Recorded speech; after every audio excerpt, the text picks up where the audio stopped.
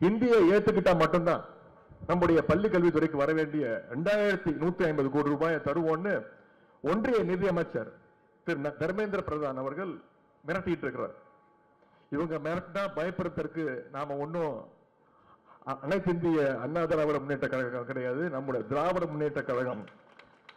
இங்கே ஆண்டு கொண்டிருப்பது திரு எடப்பாடி பழனிசாமி அவர்கள் அல்ல, நம்முடைய தலைவர் முத்துவேல் கருணாநிதி ஸ்டாலின் அவர்கள் என்பதை இந்த ஒன்றிய அரசு உணர வேண்டும். அதனால்தான் நீங்க என்ன சொன்னாலும் மும்மொழி கொள்கையை என்றைக்கும் ஏற்க முடியாதுன்னு நம்முடைய தலைவர் அவர்கள் தொடர்ந்து சொல்லிட்டு இருக்கிறாங்க. இதை பார்த்து இன்னைக்கு சமூக வலைதளங்கள்ல சோசியல் மீடியால வடநாட்டை சேர்ந்த தலைவர்கள் மக்கள் பொதுமக்கள் பாராட்டுறாங்க. என்னென்ன man with spine from south India, அதாவது தென்னகத்திலிருந்து ஒரு முதுகெலும்புள்ள தைரியமான ஒரு தலைவர் வந்திருக்கிறார்னா அது நம்முடைய கழக தலைவர் அவர்கள் தான், நம்முடைய தமிழ்நாட்டு முதலமைச்சர்னு வட மாநிலங்களிலிருந்து பாராட்டிட்டு இருக்கிறாங்க. செம்மொழியாம் தமிழ் இருக்கும் போது நமக்கு மும்மொழி ஏன் அப்படின்னு இன்னைக்கு மக்கள் கேட்க ஆரம்பிச்சிருக்கிறாங்க. ஒன்றிய அரசு கிட்ட நாம கேட்பது நம்முடைய நிதியை தான், நிதி உரிமையை தான் கேட்கிறோமே தவிர கூடுதலாக இன்னொரு மொழியை நாம என்னைக்கும் நம்ம கேட்கல, அதை நம்ம விரும்பவும் இல்லை. அவங்களுடைய நோக்கம் ஒரே நோக்கம், எந்த வழியிலேயாவது நாம மேல எப்படியாவது இந்திய திணிச்சு தமிழர்களுடைய பண்பாட்டை தமிழர்களுடைய வடநாட்டு சிந்தனையை எப்படியாவது நம்ம மேல திணிக்கணும் அப்படிங்கிற ஒரே நோக்கத்தோடு ஒன்றிய பாஜக அரசு இன்னைக்கு செயல்பட்டு இருக்கு. ஏன்னா இந்தியை ஏற்றுக்கிட்ட பல வட மாநிலங்களுடைய நிலைமை அந்த நிலைமைக்கு போயிருக்கு. உதாரணத்துக்கு ஹரியானா ஒரு மாநிலத்தில் பாத்தீங்கன்னா அவங்களுடைய தாய்மொழி பேரு ஹரியான்வி. பீகார் மாநிலத்தை எடுத்துக்கிட்டீங்கன்னா அவங்களுடைய தாய்மொழியோட பேர் பீகாரி. மகாராஷ்டிரத்துல மராட்டியம், உத்தரப்பிரதேசத்துல போஜ்புரி, இப்படி அந்த மாநில மொழிகள் எல்லாம் இந்தி மொழி உள்ள நுழைஞ்சு அங்க இருக்கக்கூடிய தாய்மொழியை அது சேர்த்திருக்கு. தமிழ்நாட்டுக்குள்ளே இந்திய நாம அனுபவிச்சோம்னா நம்முடைய தாய் தமிழ் மொழிக்கும் இதே நிலைமை தான் ஏற்படும் என்பதை நாம அறிந்து கொள்ள வேண்டும். அதுக்குத்தான் நம்மளை எப்படியாவது சரி பண்ணணும்னு இன்னைக்கு 5000 கோடி தரோம், 6000 கோடி தரோம், எப்படியாவது மும்மொழி கொள்கை ஏத்துக்கோங்கன்னு ஒன்றிய பாஜக அரசு தொடர்ந்து முயற்சி பண்ணிட்டு இருக்கு. 1938 இருந்து இந்தி திணிப்புக்கு எதிராக நூற்றுக்கணக்கான உயிர்களை கொடுத்தது நம்முடைய தமிழ்நாடு மாநிலம் என்பதை நீங்கள் உணர வேண்டும். பாசிஸ்டுடைய மிரட்டலுக்கும் இவங்களுடைய பேரத்திற்கும் நாம என்றைக்கும் தமிழ்நாட்டு மக்கள் அடிபணிய மாட்டார்கள். தமிழ்நாட்டுக்குள்ள இந்தி மொழியை திணிக்க நினைச்சீங்கன்னா இன்னொரு மொழி போற பாசிஸ்டுகள் சந்திக்க நேரம் அப்படிங்கிற அறைகூவல மிரட்டல நான் இங்கே விடுக்க விரும்புகின்றேன்.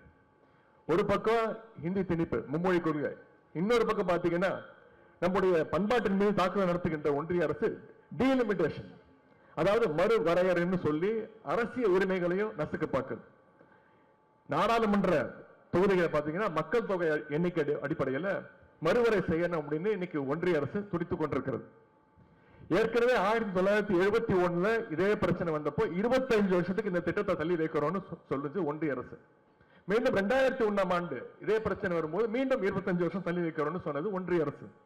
இன்னைக்கு மீண்டும் ஒன்றிய பாசிச பாஜக அரசு இந்த திட்டத்தை எடுத்துட்டு வருது. இன்னைக்கு இந்தியா முழுக்க பாத்தீங்கன்னா 543 தொகுதிகள் இருக்கு, நாடாளுமன்ற தொகுதிகள். எப்படி தமிழ்நாட்டுக்குள்ள 39 தொகுதிகள் இருக்கோ இந்தியா முழுக்க 543 தொகுதிகள் இருக்கு.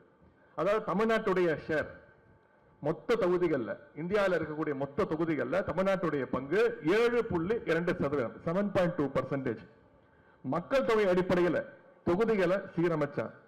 குடும்ப கட்டுப்பாட்டு திட்டத்தை சிறப்பா செயல்படுத்தின தமிழ்நாட்டுக்கு இப்போ இருக்கிற 39 தொகுதிகள் இருந்து 8 தொகுதிகள் கம்மியாகி அது 31 தொகுதிகளா குறையும். அதே நேரத்தில் மக்கள் தொகையை கட்டுப்படுத்தாத உத்தரப்பிரதேசம், பீகார் மாநிலங்களுக்கு அதிகமான எண்ணிக்கையில தொகுதிகள் உயர வாய்ப்பு இருக்கு. இதனால மக்களவையில தமிழ்நாட்டுக்குள்ள உரிமை பறிபோகின்ற அந்த அபாயம் ஏற்படுகின்றது. இதையெல்லாம் ஒன்றிய அரசு இன்னைக்கு தொடர்ந்து பிளான் பண்ணிட்டு இருக்கிறாங்க. புதிய பாராளுமன்ற கட்டிடம் திறக்கும் போது கிட்டத்தட்ட 850 இறக்குகளோட அது கட்டப்பட்டது. 850 சேர்ஸ் போடப்பட்டிருக்காங்க. இதையெல்லாம் கேள்வி கேட்டா தமிழ்நாட்டுக்கு எந்த பாதிப்பு வராதுன்னு தமிழ்நாட்டுக்கு வந்த ஒன்றிய அமைச்சர் திரு அமித்ஷா அவர்கள் சொல்றார். ஆனா அவரே திரு அமித்ஷா அவர்களே நாடாளுமன்றத்தில் என்ன பேசினாரு? நிச்சயம் தொகுதிகளை நாங்க விரைவில் மறுசீரமைப்பு பண்ணுவோம், தொகுதிகளுடைய எண்ணிக்கை உயரும்னு 2 வருஷத்துக்கு முன்பு சொன்னவர் தான் திரு அமித்ஷா அவர்கள்.